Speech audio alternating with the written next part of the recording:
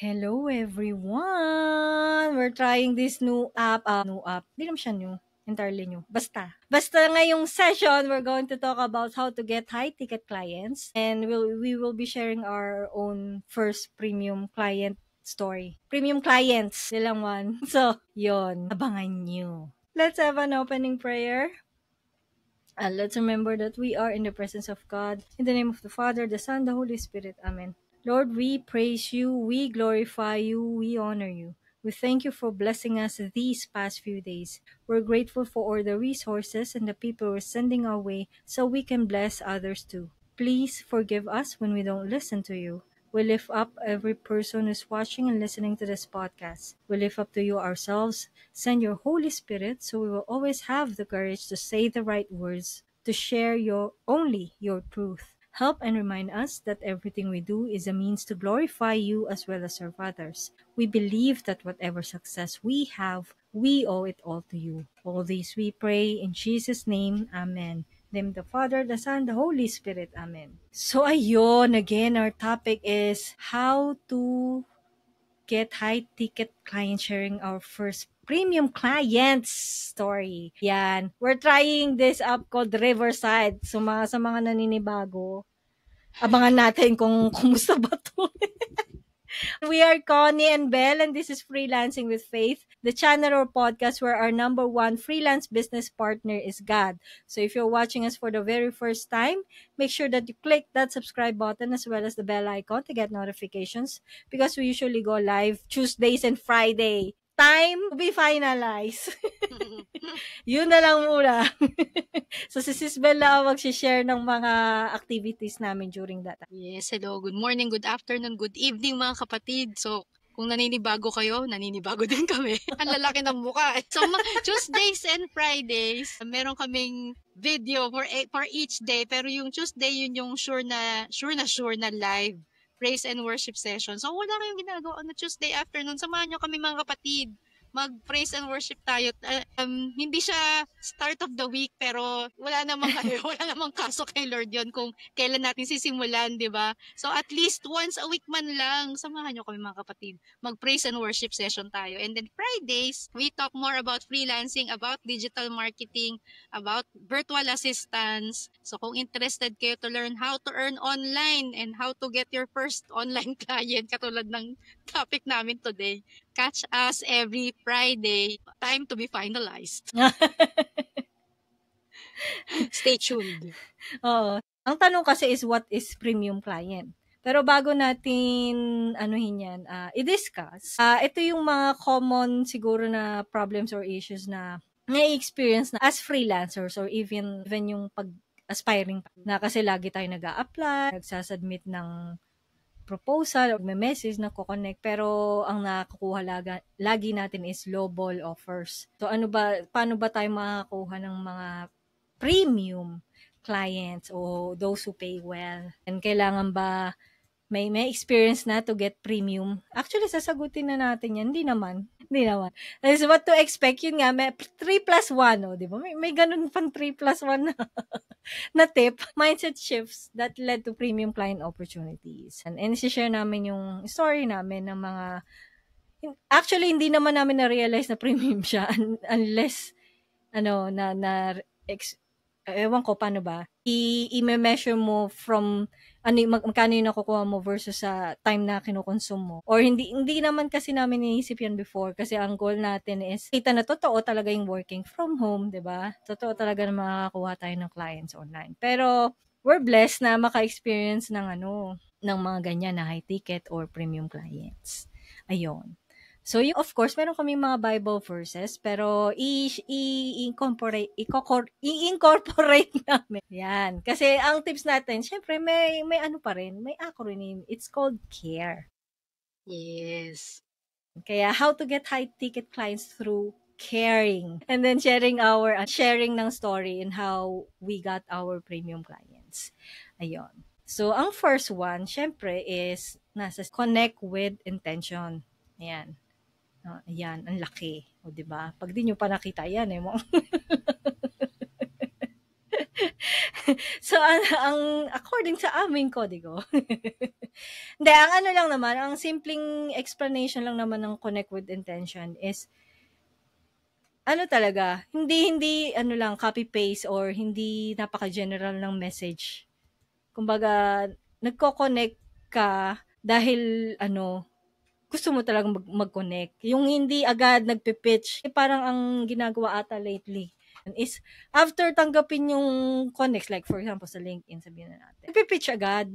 Pag nag-connect, connect lang muna. Isa-isa lang, mga kapatid. Huwag agad-agad magpi-pitch. Ako, ibablock kayo agad ng mga kinokonektan nyo. By the way, yun nga, sa pagka-connect ng with intention, ano yan, minsan, may mga clients na mas gusto nilang mag-connect through a call. Pero minsan yung iba messages pa. So, hindi siya one step talaga na fits everything eh. Talagang depende sa mai-encounter yung tao. Sinasabi namin yan kasi na-experience din namin yan. Ako nga na-realize ko na yung naka-premium na ako as in noon pa, hindi naman talaga nagko-call. Although, syempre, malaking factor yung call kasi yung kung gusto mo ng high ticket on the spot, mag-call ka kasi gusto mong ipakita na you're a professional. Pero again, it depends on the prospect. Willing ba? Kasi yung iba hindi talaga. As in, mamaya, share ko yung yung ganyang mga situation.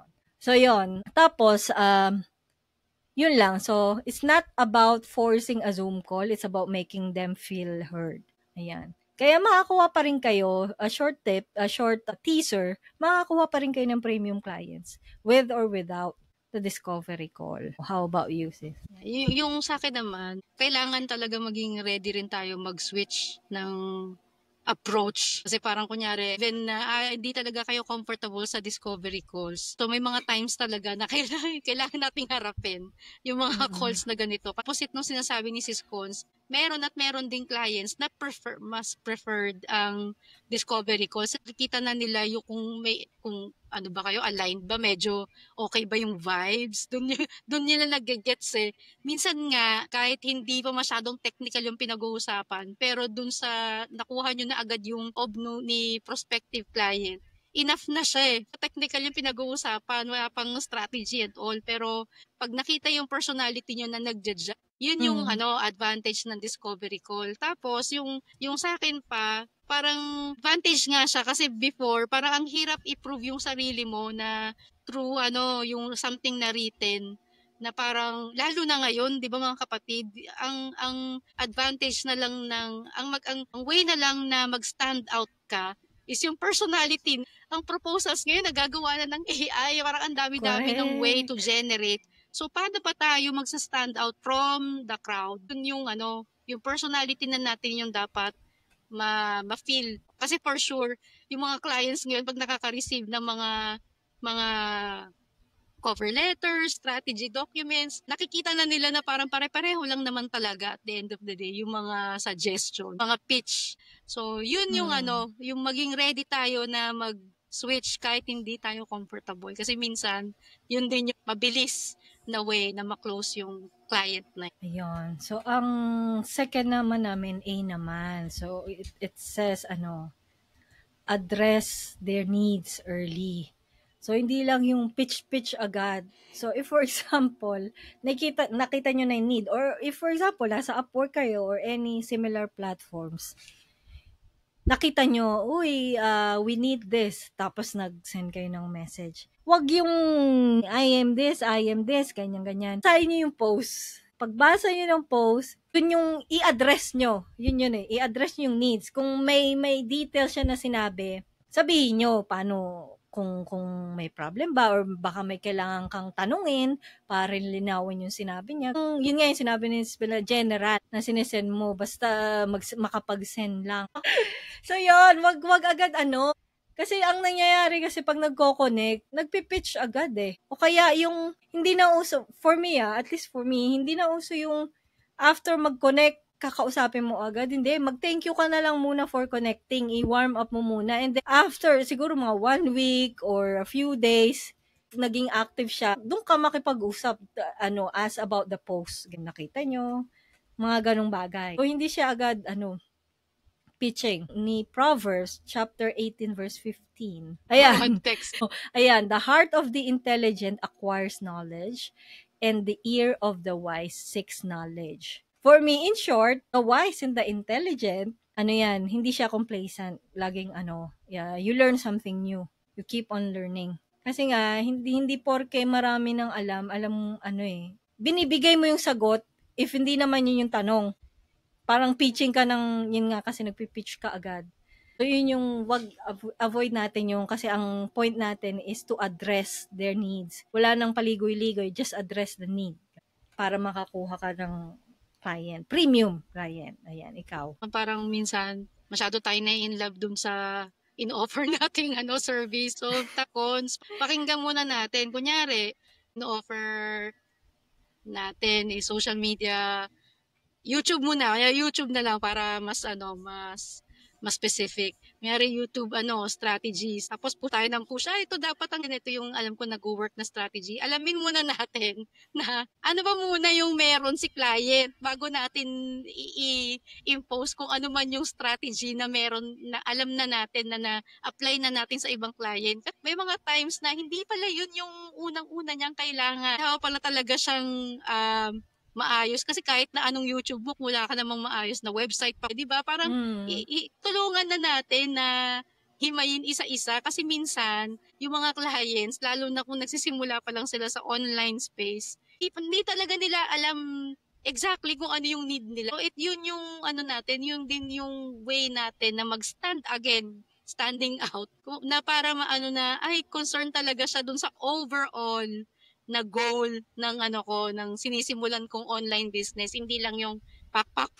Ito yung gawin mo, parang sinabi lang YouTube na ang automatic na mangyayari, mapuprostrate lang siya kasi mahihirapan din kayo na simulan yun. Tapos yung pala, money making, income generating. Tapos YouTube ang pag-aaksaya niya ng panahon agad. So hindi siya yung tamang step for that client. So kailangan makinig and yung let's go out of our way na parang hindi yun yung pinaka-offer natin. Pero sa expertise natin, alam naman natin kung ano yung unang dapat i-address. Huwag na tayo mag-hold back kasi iba nag-gatekeep Hindi natin kawalan mga kapatid. Kahit nasa discovery call pa lang may way tayo to help a person, huwag na nating panghinayangan yun kasi may balik talaga siya. Yun na experience ko na nag-work kahit hindi pa ma-close now. Sooner or later, ikaw pa rin ang maaalala na, nga pala, ito pala yung nakausap ko before. Diba? So yun, wag natin panghinayangan. Wag tayo mag-gatekeep. Yung iba kasi ganun eh. So parang bonus tip na yan. Wag maging desperate. Yeah, hindi tayo mauubusan, mga kapatid. Correct. Halimbawa, nagko-call kayo, ang sabi niya, actually, ako sa call kasi curious ako kung ano yung pwede mong gawin. Tapos ikaw naman, habang call, ako ganyan. Hindi mo na tinanong. Oo, curious siya, pero parang, yun yung sinabi niya. So, dapat, anuhin mo, bakit ka curious? Ano ba yung gusto mong mangyari? Kasi parang, ang nangyayari minsan, sumusunod lang tayo sa about you, tapos may template ka. Hindi mo pinapakinggan na, teka, parang hindi mo siya mako-close kapag hindi mo nga siya ina-attend yung needs. Kasi nga, kung curious lang, obviously, hindi kayo mag-work together. Nandun na yun, cue na kahit anong pilit mo na i-present yung mga pwede mong gawin. Yep. Hindi siya magko-close kasi nakita mo na. So, at least doon, pag nalaman mo na ganun pala siya, tanungin mo na lang, bakit ganyan? Tapos, itapusin mo ng maaga, magbigay ka ng tip, tapusin mo ng maaga para hindi na masayang yung oras kasi kahit gaano katagal. Correct. Kahit gaano katagal, gaano kadami yung sinabi mo. If ang goal niya is hindi ganun, katulad yung gusto na i-hire ka or something, it's sayang. Oo. Not worth it. Kumaga, ayan. So next, ayun, speaking of, ito na yung related pala yan. Related. Commend with generosity. So, hindi na uso yan as freelancers. Hindi uso yung what's in it for me. Dapat it's always what's in it for the client. Kumbaga, ang mindset natin is, habang nag-spend tayo ng time together, ano yung pwede mo nang i-offer ng kahit hindi kanya babayaran or kahit hindi kayo mag-work together. Yun yung mindset. ano yun hindi ka makakakuha ng premium sa scarcity mindset, 'di ba? Parang siya na lang ba yung client na ma-attract mo. So yun yung recommend with generosity na. Ikaw, any additional Lang. Basta wag tawag dito. Siguro pa makakapag-recommend ano na lang prerequisite. So makakapag-recommend tayo with generosity kung i-improve din natin yung mga sarili natin mga kapatid. So ibig sabihin, parang learn a skill, learn something new para pagdating ng nung discovery call, kahit hindi yun yung expertise nyo, yung extra bonus tip lang, kahit hindi yun yung expertise nyo, name drop nyo lang yung so sort of recommend, pero natutunan lang din natin kasi na-try natin. So yun yung yun yung mga extra steps na pwede nating gawin to be able to recommend something. So yun. If magko-call kayo, prepare kayo para meron agad kayong mabibigay na na lang, gawin mo na agad kahit hindi I think ito yung first step mo. Kahit hindi ikaw yung gagawa, masabi mo lang sa kanya, recommend with generosity. Feel free to ask your questions, share your thoughts in the comments. Ayan, tapos nakalimutan kong i-share yung book ko pero mamaya ko bakit wala yung taker na. So, ayan, care kasi. Actually, may may connected sa first one ina tayo. And ito ang ibig sabihin ng ina. Empathize with their journey. Again, kikinig tayo. At hindi lang feel mo yung feeling niya. Ang ganon. From Romans. Teka, tingnan natin kung ma-add ko ulit. Para makita nyo yung sinasabi ko. Wait, ayan. From Romans chapter 12 verse 15. Rejoice with those who rejoice. Weep with those who weep. Ayan. So, hindi, nag-share ng something. Kasi may mga prospects or clients din na napaka-open, nag-share ng something. Tapos pag nag-share siya ng something, makinig, mag-react kayo sa sinasabi niya, hindi yung parang in-ignore nyo. So, going back to blah, blah, blah, biglang gano'n, yung pagkasabi, mag-share ng ganito, okay, tapos ka na mag-share, ako naman, parang excited. Kaloka. So, pag ganun yung pinaramdam nyo, katulad na sinabi ni Isabel kanina, minsan hindi yung skill yung kung yung vibes nyo lang, pag in-ignore niya yung ginawa niyang sharing or nag-open siya, tapos ikaw moving on to the next step or whatever man yung pinag-uusapan niyo, tapos wala kang reaction na sa sinabi niya, yun, magmamarka yun. So, hindi niyo yung makaklose. Yeah. Kahit gaano ka kagaling, hindi ka marunong makinig. Diba? Parang ganon. Ikaw? Diba? Hindi ako naniniwala talaga sa fake it till you make it.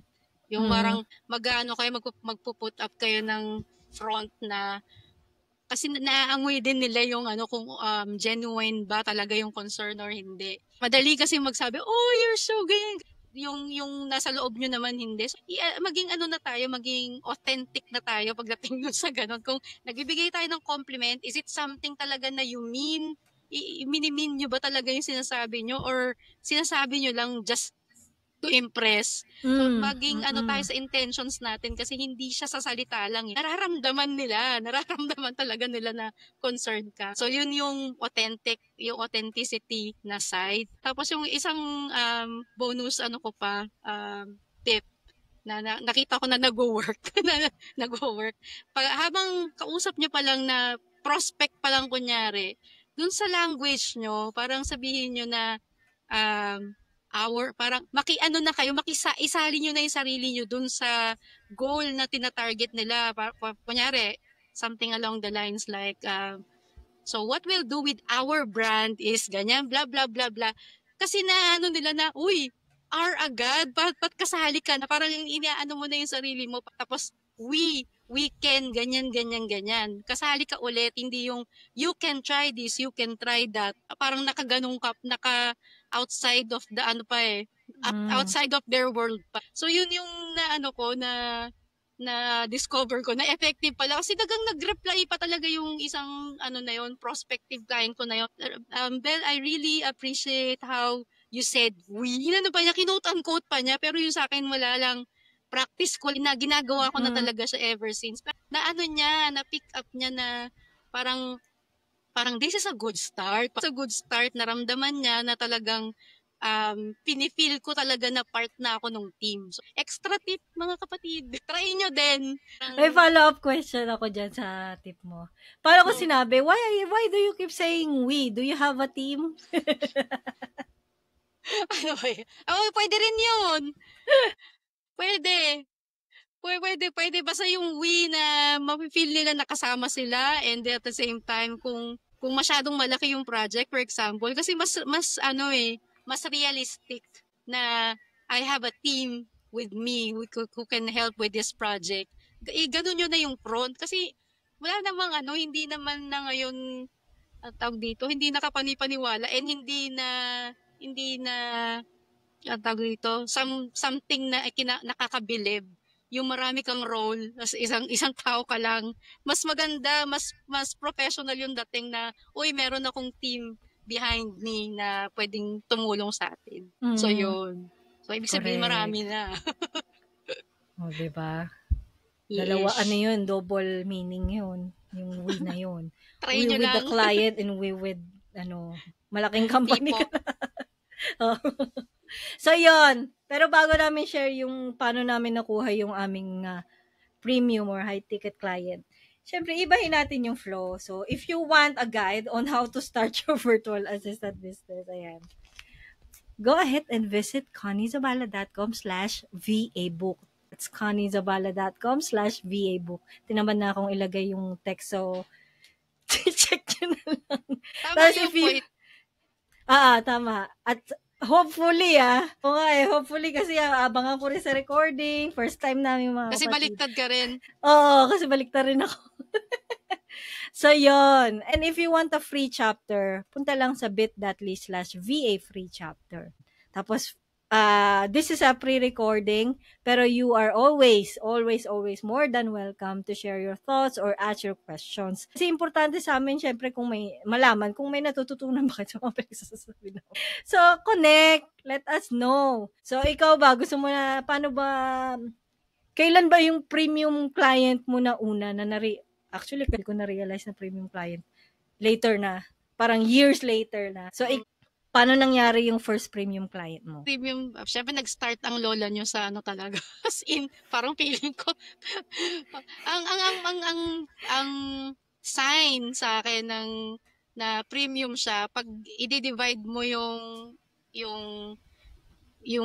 retainer fee or kung ano man yung natatanggap nyo sa client, nyo sa hours na ginugugol nyo doon sa client na. So, doon mo masasabi na, okay, hindi na ako yung dati na $4 per hour, $2 per hour. Kasi dati bitter tayo ko, ano ba naman to? Parang, tama ba naman? Yung nag-40 hours a week ako, tas ganito Ay, teka lang, ano ba ang premium?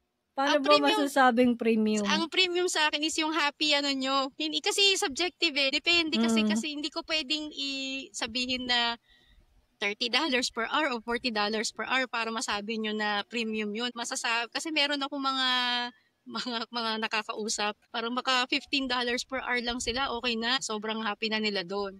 So, kung ano yung ginol nyo na yun yung happy rate ninyo, so dapat walang bitterness na bakit yung fellow VA ko ganito na naratanggal. Diyos ko, ano ba yung sinet na ate? So, yung mga ganun ba? Basta yun. In terms of hours spent sa isang client versus dun sa binibigay niya, yun yung isang way para ma-gauge nyo kung premium ba yun or nilolowball na kayo. Correct. So yun yung pero paano mo siya nakuha? Yung sa akin talaga, inangat ko yung kailangan mag-start sa atin mga kapatid, yung sa mindset natin. So, yung nag-start kasi ako, online jobs PH pa So, imagine mo yung mga rate na nandun. So, nung nag-Upwork ako, hindi ko talaga binigyan ng chance na mag-start ako dun sa single digit na. Ang tip ko dun sa mga nagsa-start pa lang at wala pa talaga totally na client dun sa Upwork, angat nyo na.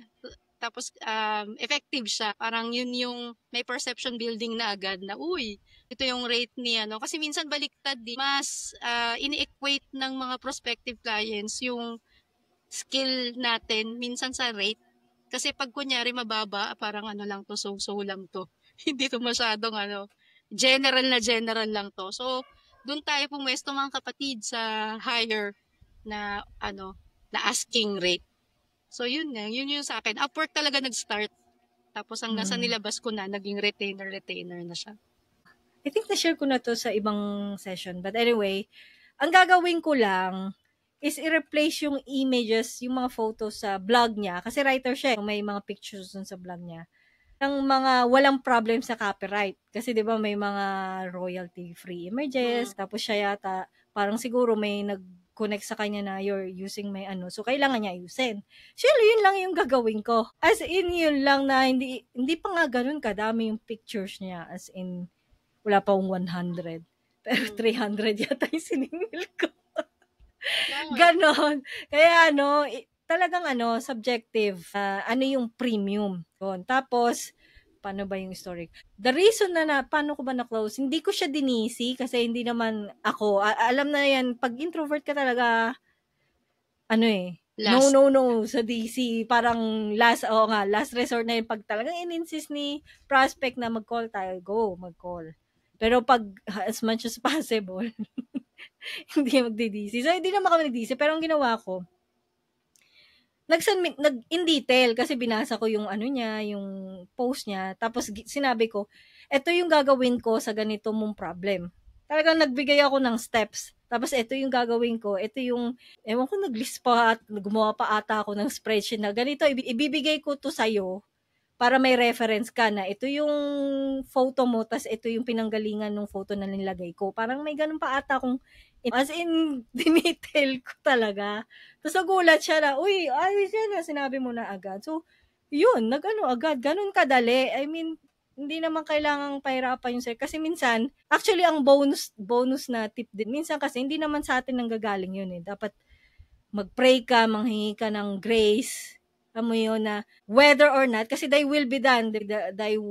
Lord's will be done, kumbaga. Kasi kung client mo yun. Yes. Ganun talaga yun, kahit ano pang explanation ang sabihin niyo dyan. Totoo yun. Basta ginawa mo yung effort mo. Minsan hindi pa nga, hindi pa nga super duper hirap na effort eh. Kung ano lang yung missing na hindi mo pala nakita agad tapos ginawa mo nangyari. Kasi yun lang yung inaantay sa'yo. Parang ganun. So yun for me, kaya ako nakuha yun. Hindi dahil sa akin. Siguro syempre guided na by the Holy Spirit, ganito, sabihin mo ganito. Minsan kasi kailangan talaga pag-isipan mo yung sinesend mo. Di ba katulad ng guest namin na yung last natin, ano ba yun, nasa dulo ng dila ko. Si socially, Ayun, si Myra, oo. Di ba sabi niya, customize every client yung message niya. Kasi dapat ganun. Kaya yun nga lang, magko-consume ng time. Pero worth it kasi. Kesa naman, copy-paste. Oh, 'di ba? Tapos send mo sa 10 tao na pare-pareho tapos and hope na maging okay siya. Versus sa intentional, magkalayo 'yun. So, lalo na ngayon hindi ka naman pwedeng mag-copy-paste. Kung sa Upwork ka, bibili ka ng Connex eh. May bayad na. O, hindi na pwede yung generic. So, 'yun. 'Yun ang aming mga story. Actually, ang isang premium client ko pa, yun naman, nag-DC yata kami noon, I think. Pero yung pinakahuli ko, walang DC-DC. Kala mo nga, di ba nga uso noon na FB ads daw, tapos bigla kang ihahar. Tapos, hindi naman siya ganon. As in, nagpasa din na. Ganon pa rin yung approach ko. Minsan, pag sinabi niyang ganito, okay, ganito yung gagawin ko. Tapos, bigla niya na lang akong hinar without, ini-invite ko pa nga mag-call. Pero bigla na lang Ninair. Ay, lako Lord, more of those clients na miss ko tuloy. Yes. So, yun. Diba? I mean, hindi, siguro, isi-share ko na yung last thoughts ko. Minsan kasi masyado tayo naghihigpit sa kung anong gagawin natin. Pero minsan, it's just a prayer away. Kung ano man mangyari, kung sa akin, thank you Lord. Hindi sa akin, thank you pa rin. Ganun lang talaga kasi ito yung na-realize ko kahit naman ako na recently na nawalan ng 2 big clients. Kahit anong pilit ko na, gusto ko to, hindi talaga siya, kahit iba eh. So, kailangan matuto tayo na, mag-trust na God will provide kahit anong mangyari. hindi mo man nakuha yung gusto mo. Kasi marami talagang prospect na parang feel mo na tulungan pero hindi talaga nako-close. So, kailangan, thy will be done, let go. Kasi the more na hinihigpitan natin, the more na hindi ka makakakuha ng tamang client. Tsaka isa pa pala, the more na generous si client, the more na hindi siya mahigpit sa task. The more na less micromanaging siya. Isa yan sa napakalaking mindset na makakatulong kapag yun ang thinking nyo. Nako, pansinin nyo yan. Yung mga kuripot, yung pa yung maraming demand. So, ikaw naman, last thoughts. Yung last thoughts ko, yung sa during, doon pa lang sa discovery call, yung mga back and forth na messaging nyo. Parang as much as possible, try natin na iwasan natin yung mag-sound desperate dun sa exchanges. Parang manggagaling pa rin yung calm, manggagaling pa rin yung pagka-chillax natin kung kakapit tayo kay Lord. Kasi pag andun na yung trust natin, yung confidence natin, hindi na tayo masyadong mag-worry. Katulad nung yung pinaka last ko na tech na parang feeling ko, ang hirap naman itong kausap kasi masyadong technical talaga. So parang sabi ko, kailangan nandun pa rin yung composure ko na hindi ako dapat maging desperate. Ang laki nung asking ko doon. So yung ko, kung ako lang yon, gusto ko ba close to Lord, gusto ko mag-close. Kaso hindi yun yung mag-work. Kailangan mag-chill, magkalma ka. Ang dami kasi niyang ang dami niya mga pahabol, ang dami namin exchanges, yung parang tatama rin na akong sumagot. Kalma. Until dumating din sa point na na-close ko din. So, wag nating i-project na parang siya na yung last na client sa mundo. Pag yung na-sense niya na ay hindi niya masyadong kawalan na hindi ma-close to, yun yung medyo seryosohin tayo. Kasi pag kunyari pilit tayo ng pilit na na yung pitch ka pa rin ng pitch tapos may mga may kontra na dun sa messaging. Hindi talaga siya hindi talaga mararamdaman ng client at lalo pa siyang magpapahirap. So dun tayo sa Lord, ikaw nang bahala dito. Basta i-guide nyo ako kung paano ko pa sasagutin to. Tapos isa pang tip, para worth the trouble, yung dinaanan nyo na parang dumaan ka ng butas ng karayom, di ba? Yun yung lalong iangat nyo yung asking price. Kasi parang na-cover na yung hirap na yon. So ganun pala. So para mas sustainable to for me kasi alam ko na ganito ka pala katrabaho, least man lang financially ako rewarded. So worth it. Di mo siya babawian and vice versa o kakabaliktaran na kung meron ng mga client na talagang sobrang gaan, doon naman tayo doon naman tayo mag-giveaway ng, sige, parang okay na to, hindi ko napapahirapan dito sa rate. Pagdating sa rate, hindi ko naman siguro ibaba ng konti kasi yun yung kailangan niya at that moment. Yun lang yung balancing act pag nakikipag-negotiate. Pag mahirap kausap, taasan nyo. Kasi para hindi masakit. Yes. Worth it. Diba? Worth it to. So, yun lang. Iwasan ng desperate mode. So, alam niyo na mga kapatid, kahit na replay na to, kahit recorded pa, hindi replay, tanong lang, comment. Again, anything you do with our channel, i-like nyo yan, mag-subscribe kayo or mag-comment, makakatulong for us to reach more people. So, if you think this is valuable, the thumbs up, ganyan, ask your questions, ka-comment. Kung may question kayo, sagutin naman namin yan. Minsan lang hindi agad nag-a-appear. Ewan ko, saan mo sa YouTube, di ko alam paano niya ina-appear. Kasi ina-approve ko muna. Kasi kasi ang daming spammer. So, kailangang i-hold. Pero, nakikita namin. Kahit na gaano ka-late yan, magre-reply pa rin naman kami. Kahit 2 weeks ago na namin nakita, hindi kasi nag-a-appear agad. Ganun kasi, may ganung topak si YouTube eh. So, sasagutin pa rin naman namin. Huwag kayong mag-alala. So, feel free to ask lang. So, Sis Belle, ikaw na mag-close. So, closing prayer. Let's remember that we're in the presence of God, and of the Father, and of the Son, and the Holy Spirit. Amen. Thank you, Lord, for another episode done successfully. Thank you for the opportunity to share our knowledge and experience. Thank you to all the people who support us in our mission. We lift up to you all our viewers, our listeners, our clients, the people we work with, and our loved ones. Bless us in all areas of our lives. Whatever petitions we pray for, We lift it all up to you, Lord, believing that whatever happens, you always have the best intentions for us. In the end, let your will be done for us. In Jesus' name, amen. See you on Tuesday. Monday sasabihin ko. For another live session. So, yun lang. Bye everyone. God bless.